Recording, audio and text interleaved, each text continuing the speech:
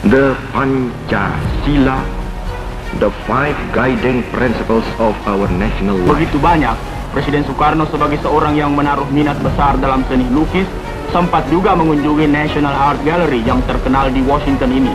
Guntur turut juga.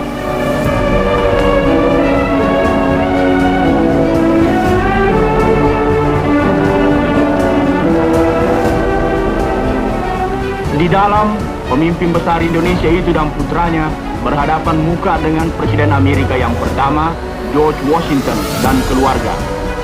Masih banyak tempat-tempat lainnya yang perlu dilihat di Washington, tetapi 3 hari saja tidak cukup.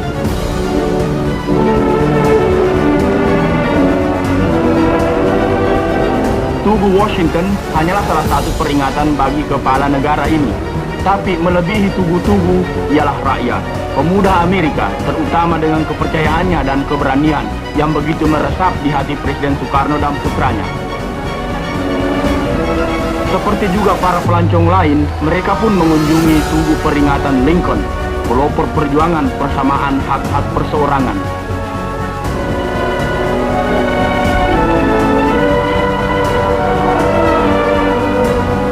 Dari sini nampaklah pula tugu peringatan Jefferson, seorang pemupuk dasar persamaan. Kunjungan ke pusat Yayasan Islam juga termasuk acara selama 3 hari di Washington.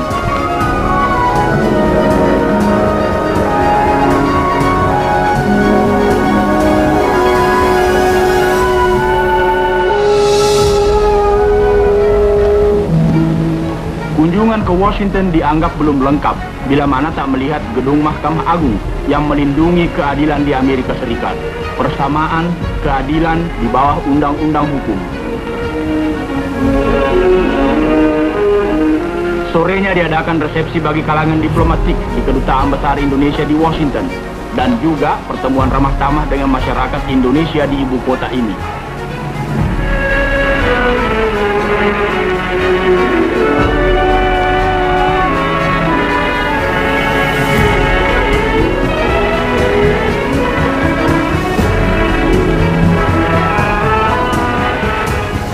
Bertempat di Hotel Mayflower, diadakan jamuan makan oleh Presiden Soekarno untuk Presiden dan Nyonya Eisenhower.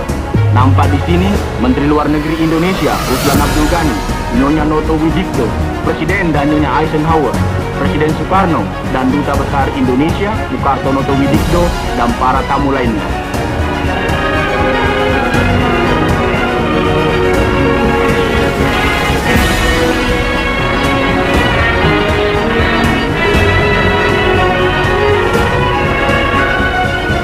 Karena masih banyak yang perlu dilihat, maka setelah 3 hari di Washington, Presiden Soekarno dan rombongannya menuju ke Charlottesville di negara bagian Virginia dan selama sehari semalam tinggal di Universitas Virginia. Dengan mengendarai mobil, beliau menuju ke selatan dan menyaksikan ladang-ladang dan tanah subur di sepanjang jalan.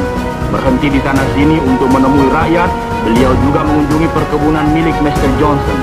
Selain memberikan tanda tangan, beliau diberi penjelasan oleh Mr. Johnson tentang cara bekerjanya perusahaan kooperasi di tempat itu.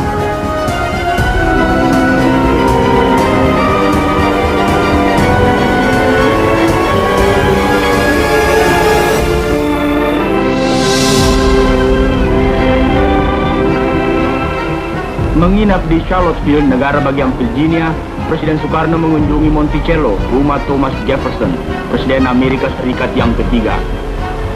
5 orang berpakaian tentara revolusi dahulu mengawal ketika Presiden Soekarno meletakkan karangan bunga di makam arwah Jefferson. Kemudian Presiden Soekarno mendoakan arwah Jefferson.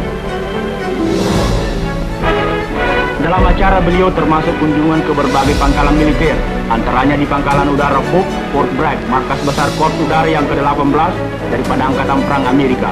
Banyak yang dapat dipelajari di sini, terutama bagi Guntur dan seorang kenalan baru.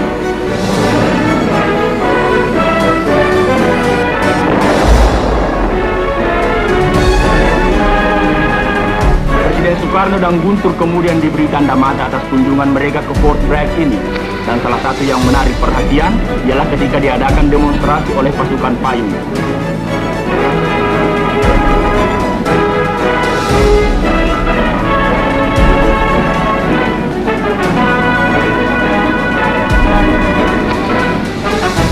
Untuk Presiden Soekarno sebuah medali sebagai lambang persahabatan, dan untuk Guntur mainan yang sepadan dengan umurnya. Setelah mengunjungi Pangkalan Angkatan Darat, acara berikutnya ialah Pangkalan Angkatan Laut di Annapolis, di mana Akademi Angkatan Laut Amerika Serikat terletak. Presiden Soekarno setelah menerima penyambutan kehormatan, maka dipersilahkan berjalan melalui Tugu Tecumseh, lambang kesayangan dan kepercayaan di Akademi ini, dan pawai barisan kadet selanjutnya menyusul.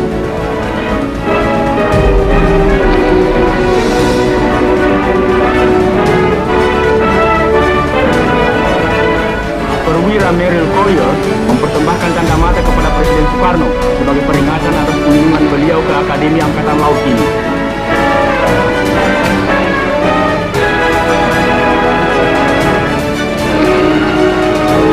Kunjungan selanjutnya ialah kota dunia, New York.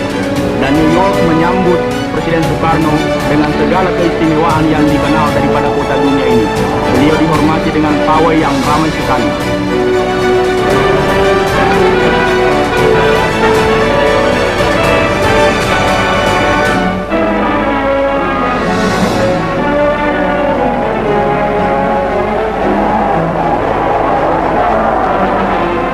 Di gedung Kota Praja, beliau diterima oleh Wali Kota, Robert Wagner. Presiden Soekarno sungguh tertarik melihat cara penghidupan sehari-hari yang begitu cepat di kota ini.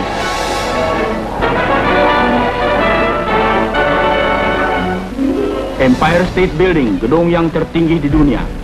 Presiden Soekarno menyatakan bahwasanya Amerika yang sesungguhnya tidak terletak di gedung-gedung pencakar langitnya, akan tetapi di jalan-jalan dan pasarnya yang ramai, serta rakyatnya yang bahagia. Kemudian resepsi ini diberikan oleh Konsul Jenderal dan Duta Besar Indonesia ke PBB, Nyonya Oswald B. Lord. Dr. Ralph Bunche disambut oleh Presiden Soekarno dan Nyonya Sujarwo. Henry Cabot Lodge, Ketua Delegasi Amerika ke Perserikatan Bangsa-Bangsa, juga hadir. Penghormatan selanjutnya yang diberikan terhadap Presiden Soekarno ialah gelar Doktor Kehormatan dalam Ilmu Hukum di Universitas Columbia yang diberikan oleh Presiden perguruan tinggi tersebut, Grayson Kirk. Presiden Soekarno dalam amanatnya sekali lagi memuji seorang pelopor Amerika, ialah Thoreau, dipuja Gandhi, membuktikan bahwa manusia tidak hanya bekerja bagi dirinya sendiri, tapi untuk seluruh umat manusia. Dan harapan seluruh umat manusia berpusat di Perserikatan Bangsa-Bangsa. Inilah medan pertemuan antara Timur dan Barat, dari berbagai suku bangsa dan pelbagai buah pikiran. Dengan bendera dari 76 negara anggotanya berdampingan satu sama lain. Presiden Soekarno melihat juga kedudukan Indonesia dalam PBB. Cita-cita kami, kata beliau, ialah supaya seluruh dunia dapat hidup bersama. Dan tujuan kami ialah memelihara perdamaian. Sekretaris Jenderal PBB Dag Hammarskjöld yang baru saja kembali dari perjalanan misinya perdamaian ke Timur Tengah mengirim beliau. Banyak lagi yang dapat dilihat di kota besar ini. Dan ada pula yang beliau kenal dari sejarah Amerika. Tetapi sebagai pemimpin salah satu negara terbesar di dunia ini, rakyatlah yang lebih menarik perhatian beliau.